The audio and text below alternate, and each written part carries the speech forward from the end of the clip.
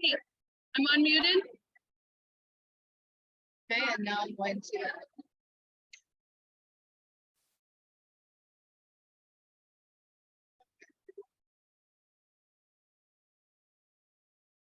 I have to have that there. I don't know. What? What'd you say? Third screen? Oh, exactly. Oh, yeah. The screen on my Yeah. phone. Yeah. We forgot some stuff. Yeah. Okay, so Gabe. Yeah. Gabe. Oh God, this happened at one time. Angela, computer. Trying to escape out of this, get back to the presentation.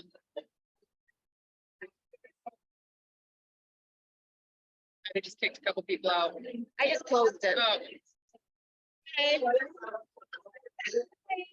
There. okay. To view. Oh, I don't know why that, it's so Okay. weird. So I'm right here. Don't go anywhere. Okay, so what? Okay, so I gotta share. Katie, did you hit share screen? You didn't hit it? Okay. I don't know how, I can't see. Okay, okay. Oh my God, I hate this. Okay, okay, okay, where's share screen? Or share screen, okay. Good God.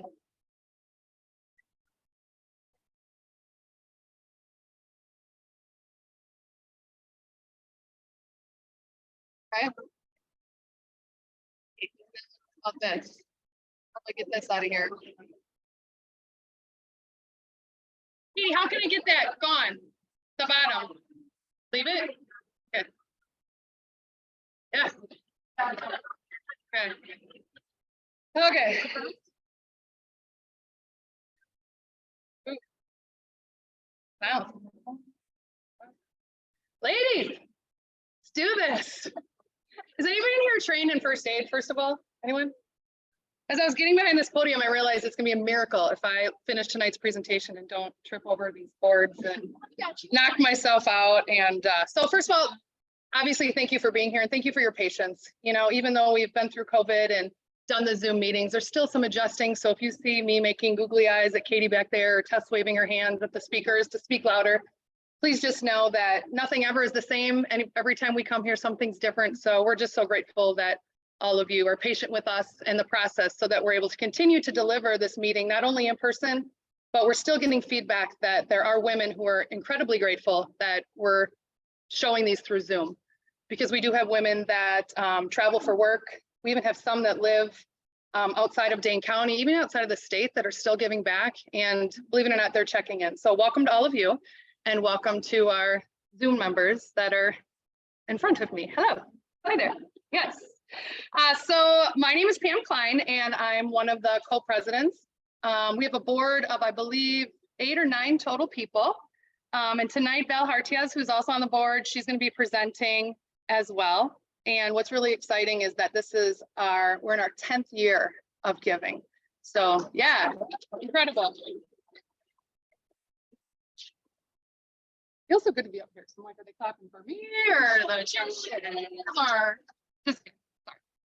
Sorry to anybody new that doesn't know me, just let it roll off. I'm just having some fun. So tonight we're very pleased to welcome these fantastic organizations to 100+ women. Under consideration for tonight's Impact Award, based on the voting of our members, the top 3 were Safe Harbor, Arts for All Wisconsin, and Chrysalis. We're also excited to welcome back Rise, who was our 100+ Impact Award winner at our March meeting. And so they'll be giving us a little update on how they spent the funds that all of you gathered for them.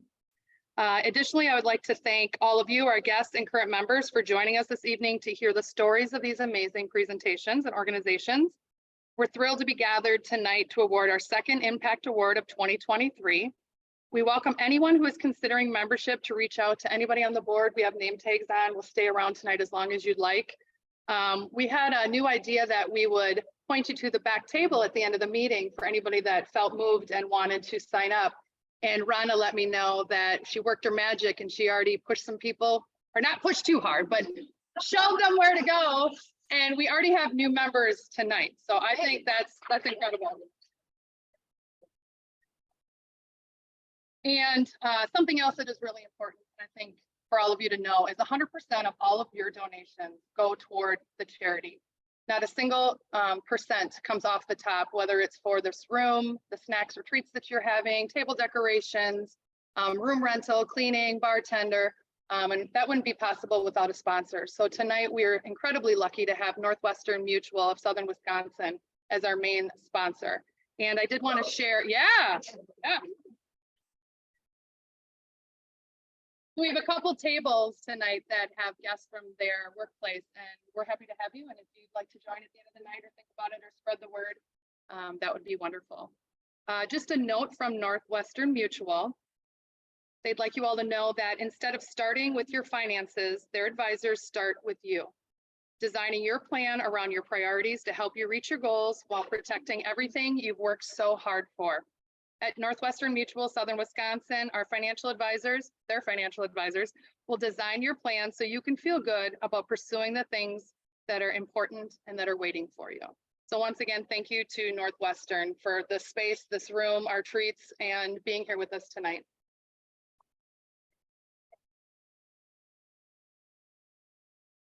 And Val for pushing buttons. Thank you. It's a lot of buttons up here, folks. I'm not kidding. So one of the hallmarks of 100+ women, and that's what got me, I joined when I was teaching full-time and running around like all of you, being a parent or working or being there for our family, friends, is that we keep the meetings to an hour. We're really mindful that all of you have places to go afterward, families to be with, work to get done. You're finishing a long day of whatever that is you may be doing. And so you can see we have a pretty tight agenda and we stick to it. And you'll notice that when our speakers are presenting or during our Q&A, they're being timed by one of our board members, Susan. And she's not super mean, but she'll tell them to be done, enough. So before we begin our charity presentations, we just have a couple of other announcements. Like I mentioned, each charity has 5 minutes to share what's ever on their heart, whatever they'd like to about their organization. And then after that, there's 5 minutes where all of you in the room and then anybody at home is allowed to ask them some questions. And so they'll spend a little bit of time going over that. And if there's any time and there's not a lot of questions, I always offer them the time to maybe speak a little bit more about their charity. After that, every current member can vote. So if you're a guest, it's an honor system, although I think everybody has a ballot. But we're just asking that our members vote tonight. And then during the time after the voting, Rise will come back and present and share what they've been up to. And then what's nice to know is the people at home through Zoom, we have a, what's the word? Private? No. Confidential? No. Yeah. Okay. A poll, and nobody will know how you're voting. And so the people at home who are watching through Zoom can also vote as well. And then something else that we added a few meetings ago that we felt was very important was some land recognition. And I've asked Araceli just to help me with some pronunciation and also just explain very shortly about what that's about. I'm gonna try to move that for you. So these are the lands for the First Nations here in Madison. We are in the lands of Peoria. Just so you all know, I too had to practice to say these names. Ozaraki Agretu, Miskoshi Hiri, Amani, Ochasi Sakowin. And then Ho-Chunk and Kickapoo. We must respect and honor and treasure all that has happened here. We need to move forward and strengthen all communities. The history of colonization informs our shared future of collaboration and innovation. So today I ask you and me to respect the inherent sovereignty of the Ho-Chunk Nation, along with the 11 First Nations of Wisconsin, with a moment of pause. That was much better delivered by you. I can guarantee it. Thank you so much. Okay. Something else that we added at our last meeting was celebrating new members. And so I'm going to read their names. I think it's on the next slide, maybe. Okay. Yep. So if you are able to and comfortable standing when you hear your name, maybe everybody just give a peek around and you might see somebody that you didn't even know is a member. And so at this time, I'd like to welcome Marcia Anderson, Alicia Armstrong, Andrea Bailey, Donna Campanelli, Trish Fortune, Benita Garrison. Yeah, Rachel, yeah, stand up. Yeah, I know, right. I'm on the phone. What are you doing? Rachel Gunderson, Jennifer Call, Susan Martin, Lisa Otis, Emily Shada, Julie Spitzik, and Emily Wills. So thank you to all our new members that joined since the last time. Oh. Thank you. Okay, all right. All right. And then another effort to grow our membership is basically just kind of the power of a personal invite. And it was an idea that our board had, and with help of a friend of ours, we were able to create these "You're Invited" cards. And they're kind of a template. You could put the next meeting, which we'll be announcing at the end of this meeting, where the new location will be. But I just really feel like it's a nice way to connect. It's got our website on it, QR code, Facebook page, and all of that. And you can maybe just keep them in your purse. So feel free to grab some off the tables tonight. There's some up front. And if you so feel moved to invite some of your own friends. And then lastly, and then you're going to get to the good stuff because I've talked long enough. I also want to thank Luke's Closet. They hosted our first pop-up event. And basically what we want to do is throughout the year, just have some random times that we go visit some of the charities that we've given to.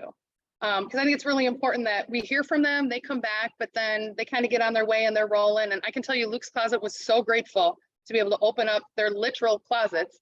And we took tours and kind of saw the organization of it all. And so be looking for those, because the idea is that they're really informal, no pressure. If it works out, if you have 5 minutes, 20 minutes, you want to bring a friend, whatever. But we just kind of thought some pop-up events might be fun to touch base with some of these charities that maybe we haven't seen in a while. And then I keep saying, lastly, we have some awesome door prizes. We gave away salsa last time from Mentoring Positives, who was a winning organization from us. And what we're going to do is Rhonda's going to be pulling 20 of the tickets. She's going to lay them up here just for time's sake. And then after the meeting, you can come up and pick some of the porch light products for those of you that are the winners. So as much as I'd love to read every single raffle prize and we all scream like crazy, she's just going to lay them up there and we can kind of look through it. Most of you are pretty familiar with the payment system. If you're new or a guest tonight, one thing that's really nice is you can electronically pay for those. And then something I personally do, but you don't have to feel like it, I pay like $2 or $3 above the price just to try to cover the cost. Like I said, because 100% of the money does go to the charities. So that's just helpful for us that money doesn't come out of our sponsor pockets. So that's just a little bit helpful. And then you can always also pay by check, Mom. My mom might be the only one in the room still pays by check, but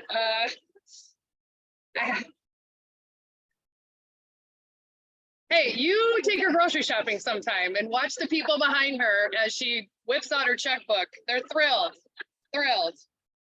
So you can always look up our PO box on our website and mail in a check if you'd like to as well. One thing that's nice about that is sometimes after the program, you feel like you want to give to the second and third organizations that presented that didn't win that night.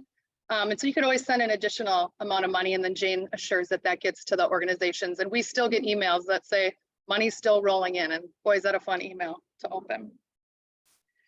The hybrid voting, so anybody that's online, just know that Katie will put a link in the chat box. You can click on it, vote, and then our board members will tally the combination of our paper votes and, go forward one more, sorry. So that's okay. Thanks. Combination to that so that we have our winner. All right, and now, hey, that wasn't too bad, 12 minutes, come on. And now Val Hartiez will be our MC for really the best part of the evening. A big thank you to all of our special guests from the charities for attending tonight's meeting. And again, Susan will be our timekeeper, keeping them on track. So thank you so much. Here you go, Val. I'm gonna squeeze out of here. And do you need me to push buttons? Yes, please. Okay, fine, got it. I mean, we're both blonde, right? Yep. We cannot. Am I though? Make it No. up. Are you? No. I was born blonde. No. Born blonde. All right. There. Okay. Right. So our first presentation this evening is from Safe Harbor. Special thanks to 100 Plus Women member Val Purchase, yay, for her nomination. Please welcome Jennifer Ginsburg, Executive Director at Safe Harbor.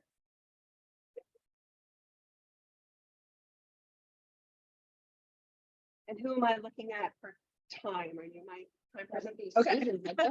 All right, we'll waste time asking that. Thank you, everyone. It's such a pleasure to be here. We're really honored to be nominated and so grateful for that. So let me tell you about Safe Harbor. Who are we?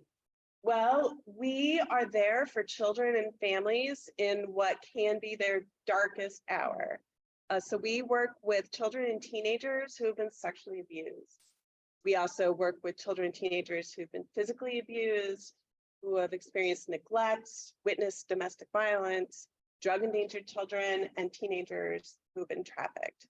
Now, this is a serious, dark topic, obviously, but it's something we need to talk about because we know that 1 in 4 girls and 1 in 8 boys will experience sexual abuse before 18. So we know that this is a big problem. We also know that most children don't tell.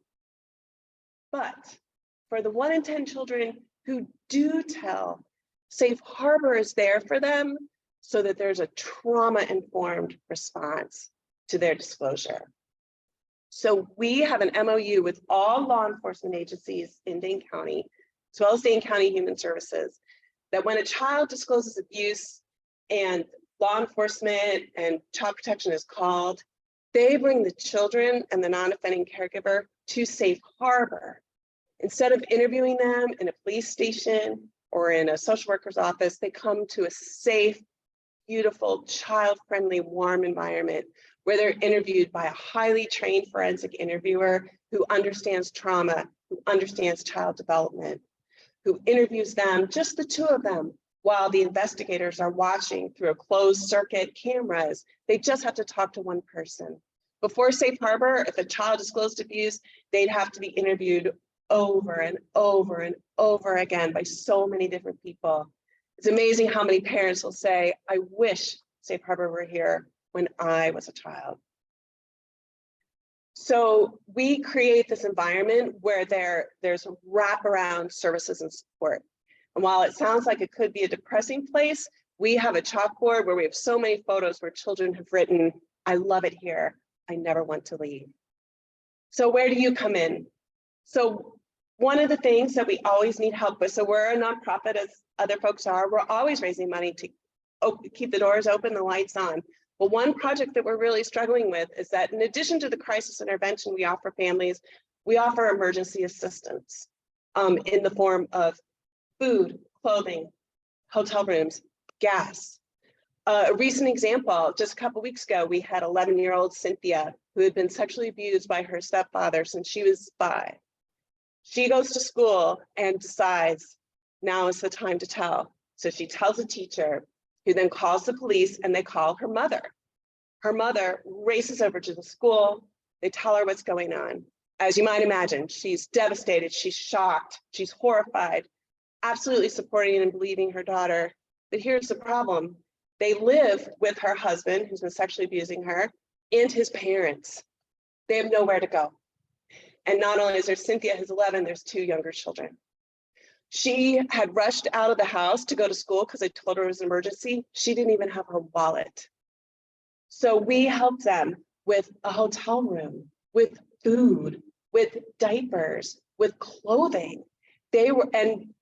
This happens over and over again because we know that when kids are sexually abused, it's by someone they know and love and trust, someone in the family.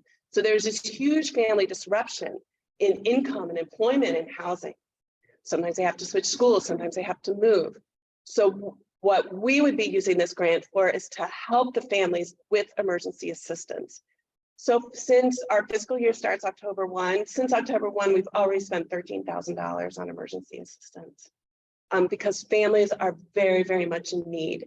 And for a child to get on the path to healing, we also have to make sure that they're safe and they're not sleeping in their car and they're with a safe caregiver. So that is what we would be using this generous grant if we were to receive it today. But thank you very much for your support and we are very grateful.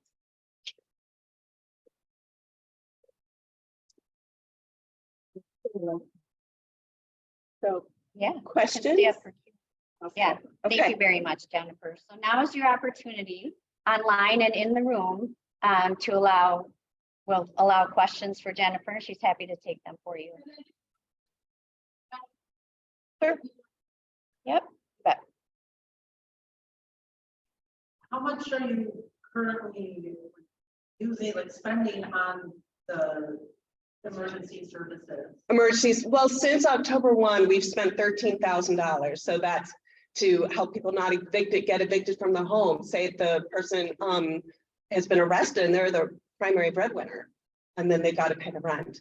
So rent, food, clothing, gas cards is another big one. If people are coming from all over Dane County, we're located on the north side. If they're coming from Middleton, that's a lot, especially the way gas prices have been. So it is just really, it's really just a big need that we're constantly trying to fill and help families with. Yeah. We, about 50% of our funding is, where else do we get our money? About 60% of our money are through federal, state, and county grants that renew sometimes every 3 years, every 1 year, where we're writing like competitive grants for that. And then the rest is through private donations, corporate sponsorships, generous philanthropists like you. Yes.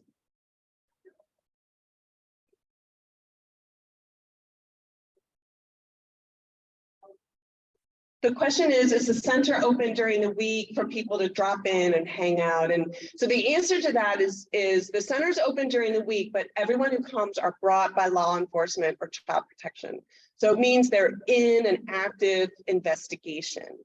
And, you know, you don't have to have a big imagination to think about how traumatizing that might be for a child and family. And they're so nervous, and then they come in to the center and they kind of look around and go, ah, like, this isn't as scary and traumatic as I thought it would be.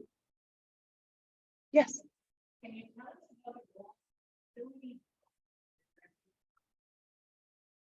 The question is, can we tell you about the role of our facility dog in addressing the trauma of children and families? We have a facility dog named Teddy, and he's a highly trained dog who then responds to the needs of the children who come to the center. So he can be with the child and the family before and after the forensic interview. He provides, you know, calming, soothing interactions. I will also say he is much loved by our multidisciplinary team. I mean, all those sensitive crime detectives and social workers, I mean, the trauma that they see every day, and just the presence of Teddy, like with the MDT, really helps literally lower their blood pressure and create a calming environment. Yeah. Question is, how many children and families do we serve a year? In 2022, we served 429 children and about 450 caregivers. Yeah. Do we have a person that represents the children in court? We do not specifically, because court has our own advocates who do that, but we will provide additional accompaniment and support if, depending on our relationship with the child and family, if they request it. Yeah. you have paid staff? Yeah, so we have, the question was, do we have paid staff? We have 8 paid staff members, but some are part-time. So we're at about, you know, a little under 7 FTEs. Is there a question here? The question is, do we rely on volunteers? Because of the sensitive nature of our work, and these are active criminal investigations, we don't have volunteers actually working directly with the families, but we rely on volunteers. We have 2 major fundraising events that require a lot of volunteers. We have 1 minute. Yes.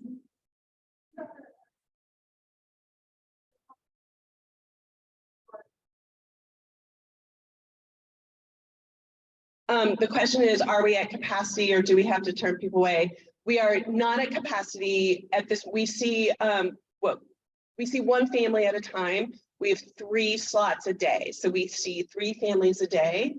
And we will see families on nights and weekends if that's needed. Right now, you know, we're pretty steady at, so we have 15 interview slots a week. We probably cover about like 12 of those a week.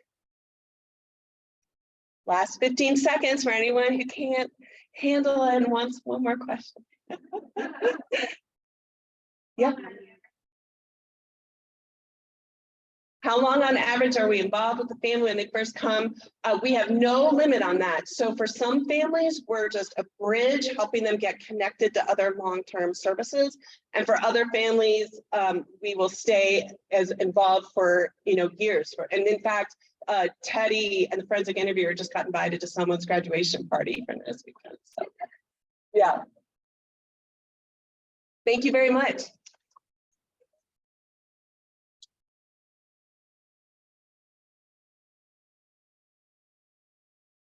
Thank you, Jennifer. Our second presentation this evening. Here we go. There we go. Everyone hear me okay now? Okay. All right. Our second presentation this evening is from Arts for All Wisconsin. Special thanks to 100+ member Jennifer Vernon and Rhonda Adams for their nomination. Please welcome, not Mike Lawler, Christina to the podium.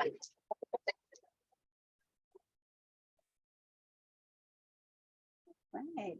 Thank you very much. And no, I am not Mike Lawler. I'm Christina Martin Wright, and I'm the Executive Director of Arts for All Wisconsin. Even better. Thank you. I think so. All right. But before I start, may I just say thank you to Jennifer for the work that you do with Safe Harbor. That was quite emotional. I'm probably not allowed to, probably shouldn't say that for me. Never mind. All right. I can start. Yeah. I did join tonight too. So 100 women have enormous impact, and the charities that you have been supported or that you support do vital work for countless people throughout our communities, feeding, sheltering, protecting, teaching so many people. It's really hard to quantify this impact, but we do, right? Because donors like to quantify impact. So we track numbers and we share impact numbers. And now we see numbers of people who need our services grow with every health crisis, military conflict, economic challenge, and with the broadening definition of disability. So Arts for All Wisconsin, formerly VSA or Very Special Arts Wisconsin, has been working with people with disabilities for 38 years. Though our name has changed, our mission has remained the same. We work with children and adults with disabilities of all kinds, including degenerative diseases, mental illness, and invisible disabilities through programs in the art, visual art, music, dance, etc. Programs include educational class opportunities like classes and workshops, performances like choir performances and concerts, exhibitions, and sales of artwork. 90% of our budget is comprised of contributions. So you better believe we track those numbers, right? So, and as our fiscal year ends at the end of this month, I've spent a lot of time with these numbers. And just this year, we have had 29,000 viewers of exhibitions of art by people with disabilities. 1,000 children have attended our classes and workshops, including classes now taught in Spanish. We've taught 200 adults in weekly art and music classes. 80 choir members performed for over 1,000 people in community concerts and athletic events. 21 participants in this month's free Spark program for people with dementia and Alzheimer's and their care partners together. They attend those events. And 12 veterans in our creative writing and visual art classes that are weekly and free. And one veteran who was recommended by her vet center therapist for creative writing 101 sessions after he experienced firsthand the transformative power of this class. He said she wasn't ready for a group setting, so we agreed to host this one-on-one, very intimate class.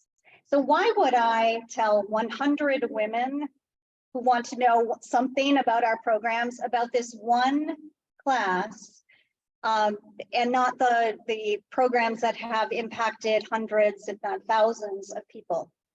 It's because I think that you'll understand impact.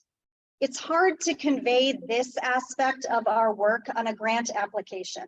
It's hard to justify the investment in work with small numbers of people, even when we do big things. Our veterans program, for example, is a year-round program and it's free.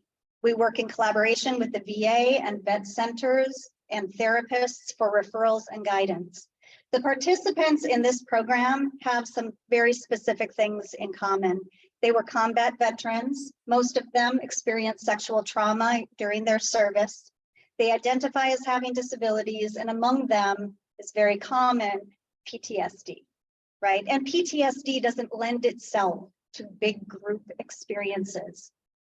Our program with this specific population are designed, the program is designed to be small because it's effective like this. This is how that healing occurs. The veterans who attend our programs consistently or just once in a while have shared feedback about the real impact that Arts for All Wisconsin has had on their lives. They've experienced trust, confidence, comfort, laughter, ease, growth, discovery, and companionship.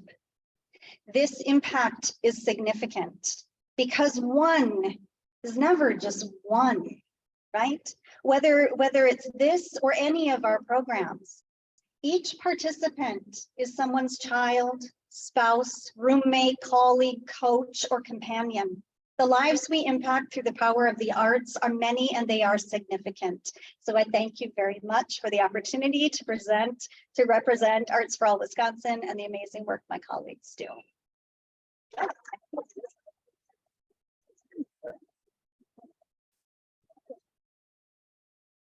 was impressive. That was like to the second. Thank you, Christina. Questions now from the audience, our audience or our virtual audience for Christina. Okay.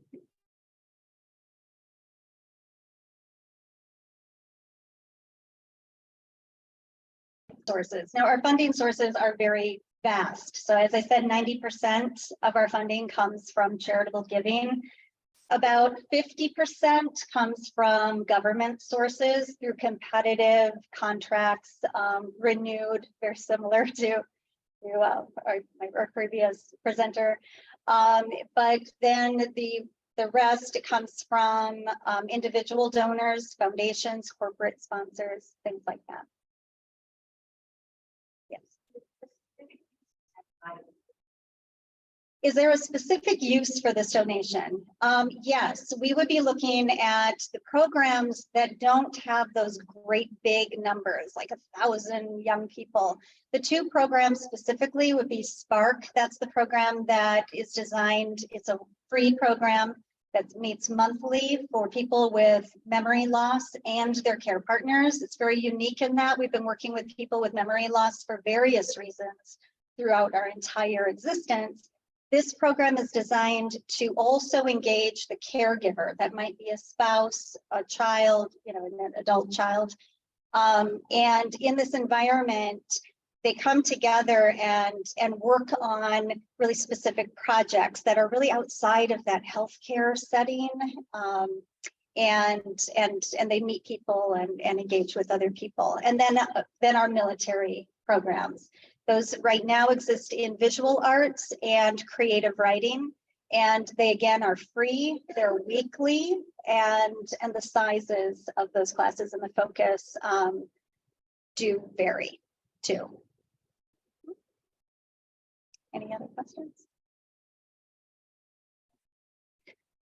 Okay, well, I'm going to use my time to just say that that it is so significant that that we were given this opportunity to present right now. So We have found that because we are not viewed by many people as a health and human service program, even though we specifically work with people with disabilities from ages 3 through the end of life.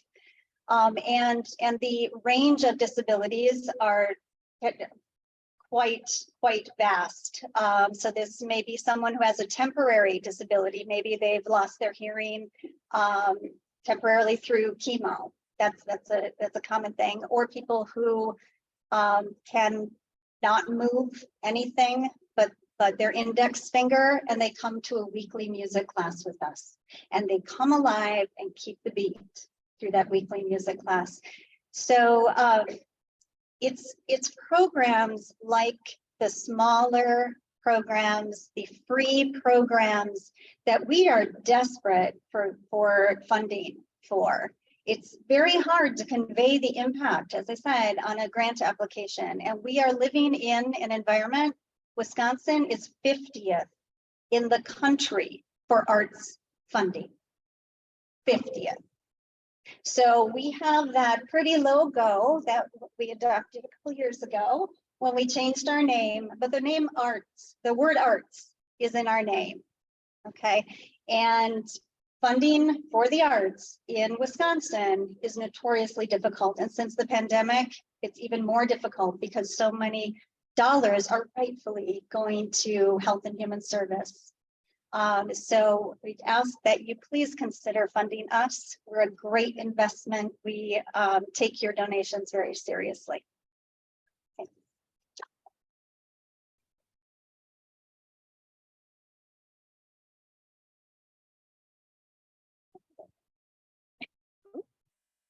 There we go. All right. And for our final presentation this evening, we'll hear from Chrysalis. Okay. Special thanks to 100 Plus Women member Kathy Kalsher for her nomination. Please welcome Alicia Clark to the podium.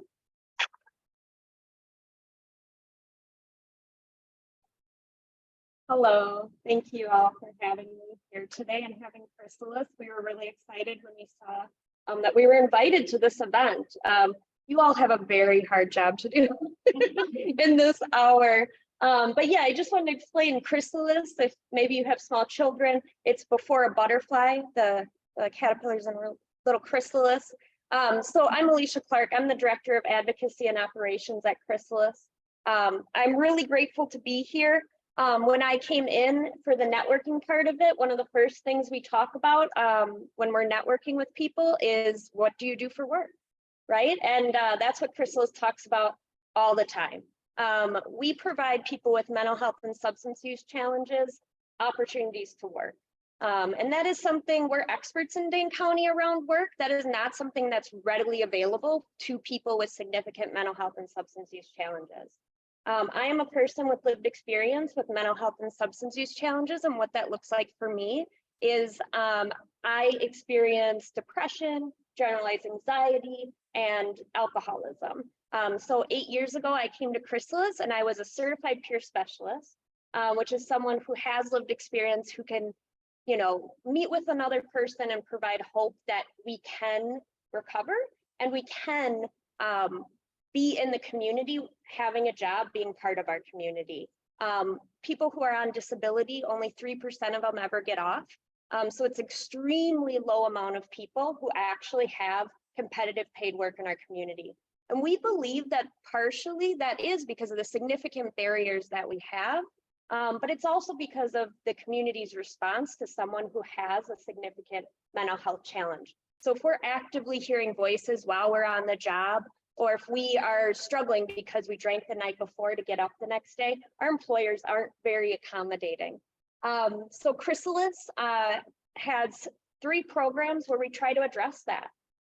We try to educate employers. We go out into the community and have, gosh, like 35 different employers we talk to weekly, our employment specialists do, to try to educate on how you can really accommodate someone who is maybe experiencing a significant mental health or substance use challenge, because work is so important to all of us. I don't think we realize it all the time, but it for sure gives us the money that we need.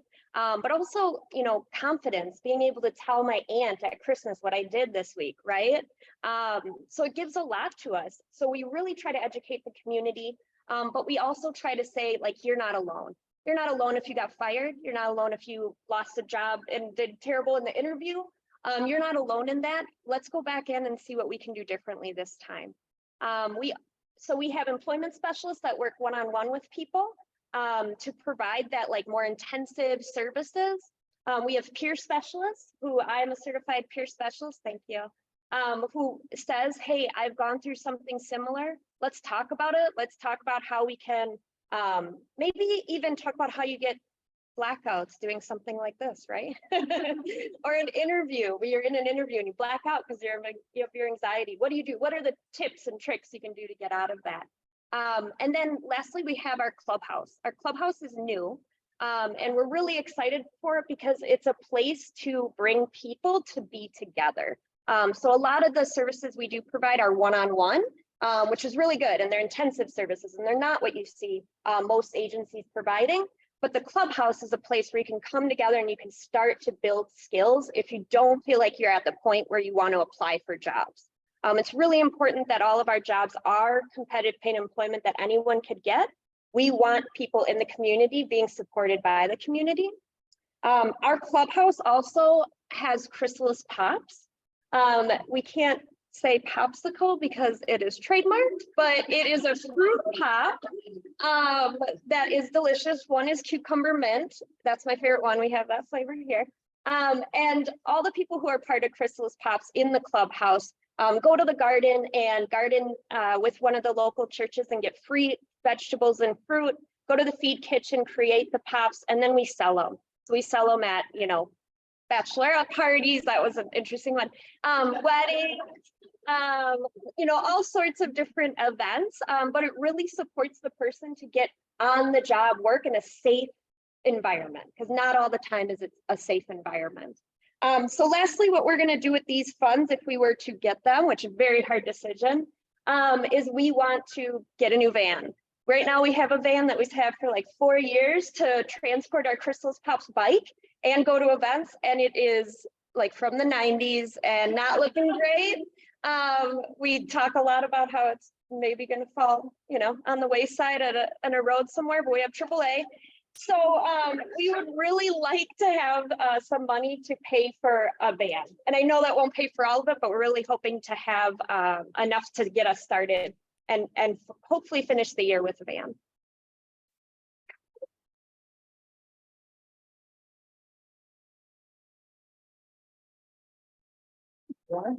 Thank you, Alicia. So 5-minute Q&A for Alicia, again in the room, or any questions online? Sure. Yeah. How do people find you? Yeah, so we are majority billed by Medicaid. So a lot of times we get referrals. Oh, I'm sorry, repeat the question. You just, how do people find us, Chrysalis?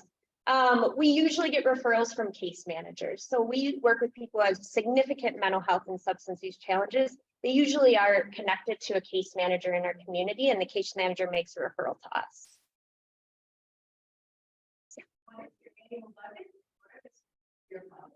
What is our annual budget and what are the sources of our funding? Our annual budget is about $1.4 million, and which is a really awesome thing. We've been around for 40 years and it's the biggest we've ever been. And our main source of income is Medicaid. So we bill Medicaid directly for our services, but a lot of times that doesn't fill the gaps for people who are maybe not responding to traditional types of work. Because we really tried to catch anyone in where they want to be on the work spectrum. So someone who might start and say, like, I just want a volunteer job, we try to serve that person, or just, I want to get in my community more. A lot of people have been told that they cannot work. They have medication that, you know, you're never going to work. And we just don't believe that's true. We believe that we just got to find the right match and find what you want to do. So we do have some funding sources that are grants, and we are also getting into more sponsorship, we do events, but it is a small amount of our funding. Yes. How many participants do we serve each year? We serve about 317. And that's in Dane County. Someone was like, do you have capacity for more? We do. We want to respond to what our community needs. So we're not going to get bigger if we really don't need to get bigger.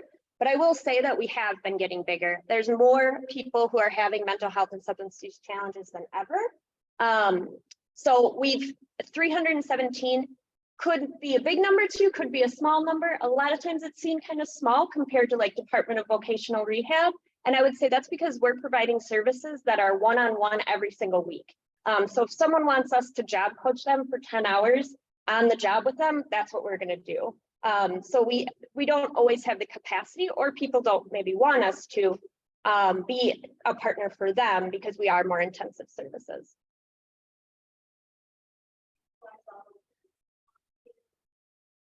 Do we utilize volunteers, and how many paid employees do we have?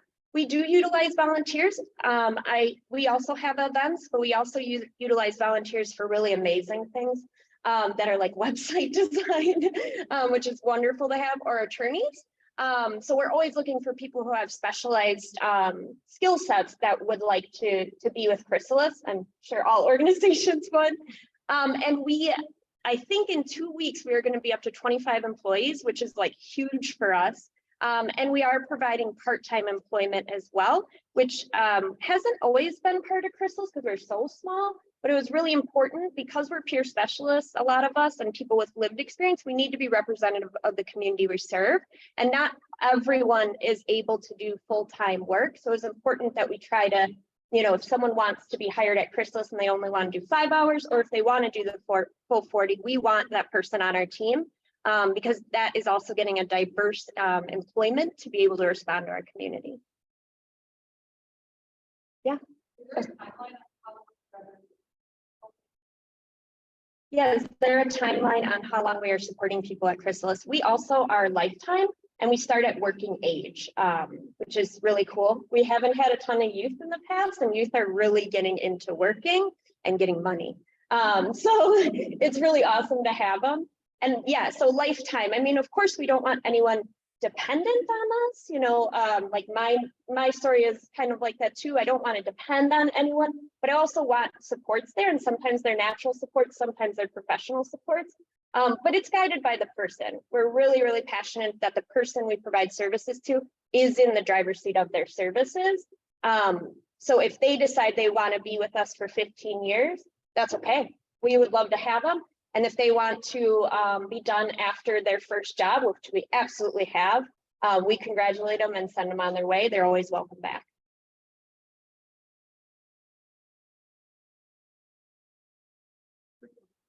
Quick question. Try our Chrysalis Pops at Community Pharmacy for your events.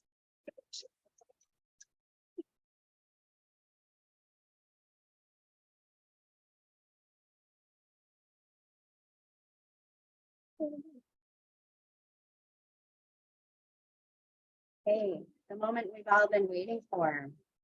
I don't know, you're great. I know, listen, Hit it. hit it. I'm just going to read this because I think this might be Miss Pam. And with all 3 charity presentations complete, it's now time to vote. All 3 charities are so worthy of receiving our donation. We're allowing 5 minutes to cast your vote. Katie Pedersen, back of room, who is the woman behind the scene of this meeting, will be sharing the poll for Zoom attendees to vote. As a reminder, guests and charities are not eligible to vote, but you will see the poll appear on your screen. There's more. Oh, that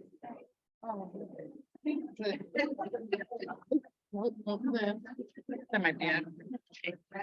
Just a little more down here. Oh, you got it. Okay. Good look. Yes.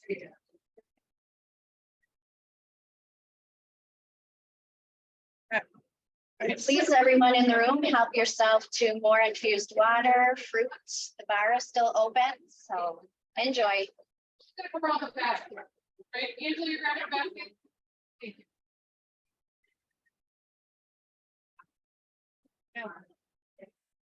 Yeah.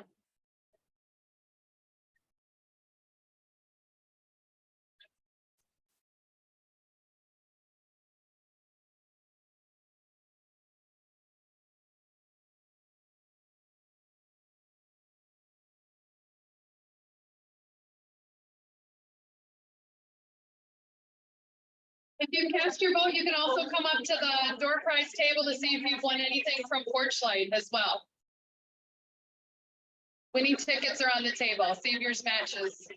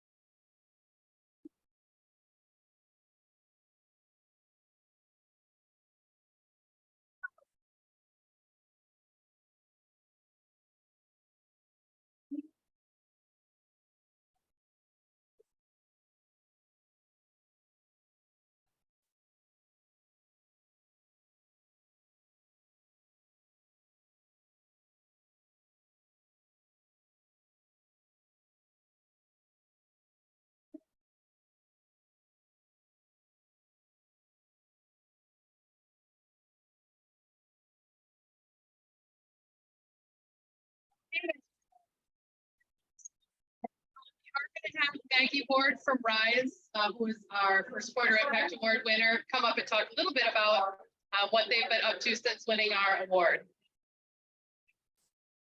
I'm so excited with all the activity in here. It's awesome. And please be quiet now. Okay. And stop talking, please.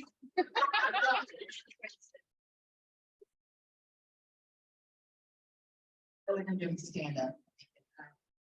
I hope folks can see me in Zoom, but if you cannot, hello? Oh, I get to be behind the podium, even better. Thank you so much. For those of you who may not remember, I'm Maggie Wade. I am the Director of Development at Rise Wisconsin, and I was here last quarter. We were very fortunate to be the Q1 grant, Impact Grant Award winner last quarter. So thank you so much for welcoming me back. Thank you. And thank you for the grant. I want to say congratulations to all the nominated nonprofits tonight. You all do wonderful work. We partner with some of you. I've had Chrysalis Pops. We actually had Chrysalis Pops last May in our grand opening when we did our renovation. So congratulations. So just a reminder of what we were using the funds for. So I came and presented last quarter to talk about how we needed wraparound funds and emergency assistant and discretionary funds for our comprehensive community services participants, which we call CCS. And so do I have control or do you have control over the PowerPoint? You have slides.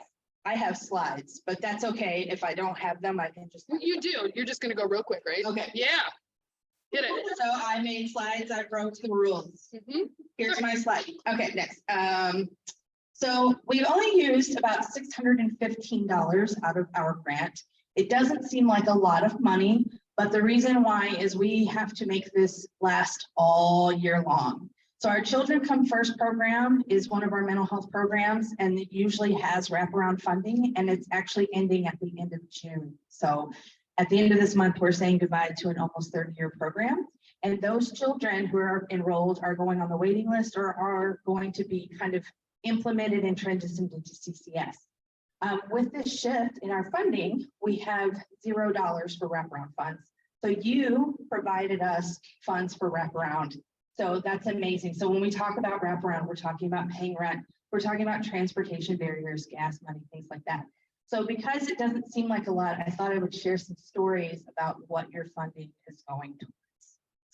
So Tess is one of our CCS participants, and she went, she had to have some funds because she essentially lived homeless for 3 weeks. She had ended a lease on time and had moved out and paid for a U-Haul and everything. And then there were some issues on the admin side of her new landlord. And so she had to sleep in her car for 3 weeks. She also had to pay for the U-Haul for 3 weeks out of her own pocket. So all of that funds that she was spending was going towards her moving costs. And she had no food, she had no place to sleep. And so we were really able to have a care coordinator provide her some assistance to get her a hotel stay. And then also once she was able to move into her apartment, she had spent all of her money on those costs. So we were able to get her food to help her with food security. I say we as in we in this room, because those funds were helped and we were able to get her groceries and just really help with those basic needs to kind of get her on her feet. Amy was able to pay for transportation to sustain job security. So Amy's workplace had all of a sudden they were short-staffed and they had some shifts where people had to start doing more overtime and working more shifts. And I don't know if Jennifer can really speak to this. She may agree with me, but transportation is a huge barrier for people in Dane County and the city of Madison. And so just things like shifting and having to get to your job and needing gas money to do that, we were able to provide her gas money so she can continue to go to her job. So that helped with that job security. I'm almost done. You're fine. I should just shut it. You're great. So Laz was able to stay safe in his classroom. He was experiencing significant threats at school due to the school safety plan not being followed. So a care coordinator was able to take him out during this lunchtime. And so some of the times when we're meeting with participants to kind of help with that safety and help with their plan, we take them for a meal. And so we were able to take him to the meal and then kind of get him transitioned back into school so he could feel safe and be safe during his time of education. So those are just a few of the stories that we have. We have, like I said, quite a bit coming up. So we're definitely helping more with transportation, cab rides for people who can't take public transportation because they have mental health issues, or they just might need gas money. Basic needs, again, food security, job security, and summer camps. So using the funds for summer camps to help kids stay engaged in the community and in positive activities. And then, of course, helping meet with those participants in the community. So thank you so much for the impact. I am happy to continue to provide a report at the end of the year so you understand really how far these funds really do go to help people. These are small things, it seems like, but they actually keep people out of crisis, and you're making a real difference. So thank you so much. I appreciate it.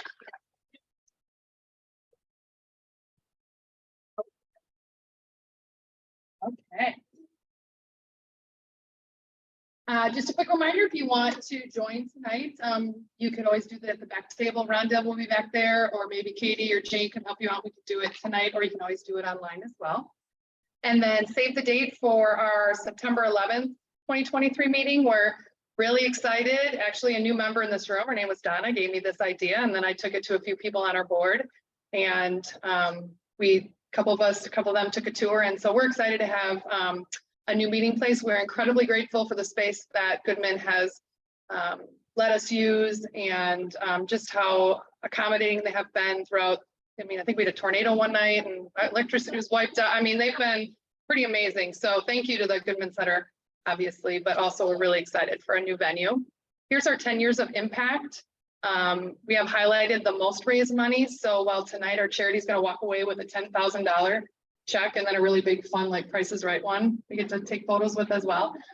But you'll see some of these monies, or the dollar amounts, are insane. That's because people continue to donate. So just because the impact winner didn't win tonight, possibly some of the donation, always know too that you can give to the second, third as well.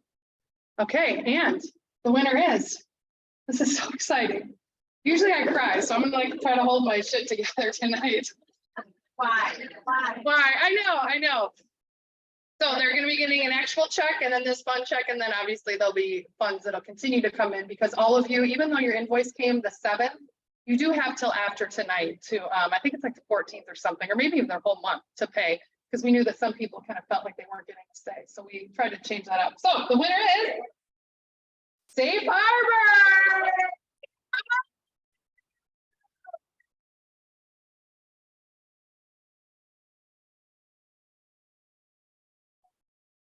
So please take a lemon bar home. All of the little glasses are yours to keep. I don't want to take them home. There's still some fruit left, some straws. I definitely don't need that many straws, so grab a handful if you'd like. Oh, that's yes. Anything else, board? Okay, have a great night. Thank you so much for being here.